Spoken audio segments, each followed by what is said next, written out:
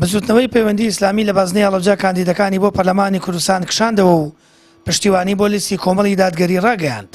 لە کۆنفرانسێکی ڕۆژنامەوانیدا ڕایانگەاند پشتیوانی لیستی 147 کۆمەڵی دادگەری دەکەن لە پێناو بەدیهێنانی خواست و داواکاریەکانی خەڵکی هەڵەبجەی ئیسلام خواست. لە سۆنگەی پاراستنی شناسی پارێزگای هەڵەبجە و یەکڕیزی لایەنە ئیسلامیەکان لەم دەڤەرە و ڕێگەگرتن لە پەرتەوازەبوونی دەنگەکان و مسۆگەرکردنی پێگەی ئیسلامیەکان و بۆ ئەوەی ئەم هەنگاوە ببێتە بناغەیەکی بەهێز بۆ برایەتی و هاوکاری و هەماهەنگی هەموو لایەک، هەروەها ببێتە بناغەیەک بۆ دروستکردنی برایەتی لە نێوان لایەنە ئیسلامیەکان و گفتوگۆی بەردەوام لە نێوانماندا و زیاتر هاوکار بین بۆ گەیاندنی پەیامی بەرزی ئیسلام کە کرۆکەکەی ڕەحمەتە بۆ تەواوی مرۆڤایەتی. ئێمە پشتیوانی سەرخستنی لیستێکین لەم هەڵبژاردنەی پەرلەمانی کوردستان کە خزمەت بە داخوازی و پێداویستی دانیشتوانی پارێزگای هەڵەبجەی ئیسلام خواست بکات و سەرسەختانە داکۆکی لە مافەکانیان بکات و بەرگری لە بیر و باوەڕ و بەها و ئەخلاق و ئاکاری بەرز و شوناسی ئیسلامیانەی ئەم شار و ناوچەیە بکات و ئەم هەنگاوەمان وەڵامێکی کردداری بێت بۆ خواستی شەقامی ئیسلام خواز و بە شەرەفی پارێزگای هەڵەبجە.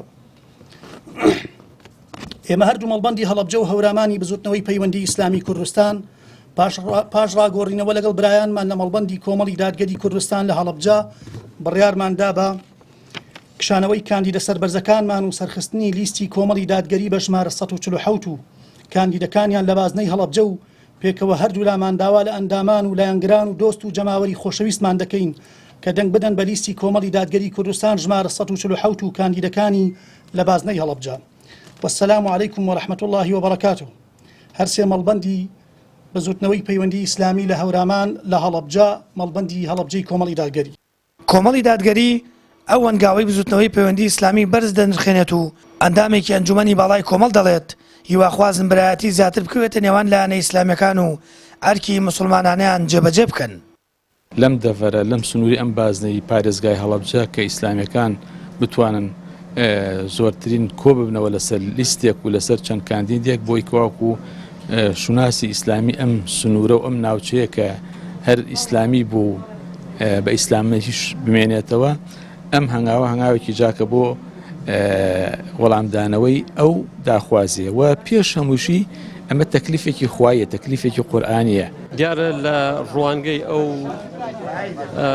پەیوەندی کە لەگەڵ هەموو لایەنەکان هەیە لەسەر ئەساسی بتەوکردنی پەیوەندیەکانمان لەگەڵ هەموو لایەنەکان و لەسەر ئەساسی پاراستنی برایەتی ئێمە هیوامان هەیە کە لیستی کۆمەڵی دادگەریە کە ئێمە پشتیوانی لێەکەین بە ڕوتینێکی باش و ئینشاءالله نەتیجەیەکی باش بەدەست بێنێ. ئەمەش وەڵامی بەشێکە لە شارعی ئیسلامی. لە ئێستای هەنگاوێک لەگەڵ برانی بزوتنەوەی پەیوەندی ئیسلامی هاتوونەتە پێش، ئێستا لیستی کۆمەڵی دادگەری بۆنی لیستی ئیسلامیەدا لە بازنەی هەڵەبجەیە بۆ تا جێگەی ئومێدی خەڵکانی ئیسلامی و جەماوەری ئیسلامخوازی هەڵەبجە و هەورامان. بزوتنەوەی پەیوەندی ئیسلامی کوردستان بڕاریاندا بە کشانەوەی هەرسێ بەربژێرەکەی بۆ پەرلەمانی کوردستان و پشتیوانی و سەرخستنی لیستی کۆمەڵی دادگەری لە بازنەی هەڵەبجە. مەڵبەندی هەڵەبجەی کۆمەڵیش ویسامی ڕێزلێنانی پێبەخشین و ئەو وەنگاوە ژەرز و بووە جێگەی خۆشحاڵی و شادومانی ئیسلام خوازان بەگشتی. هیواخوازن هەنگاوی زیاتری برایەتی نێوان لایەنە ئیسلامیەکانی بەدووەدا بێت. سامان فەتاح، کەناڵی ئاسمانی پەیام، هەڵەبجە.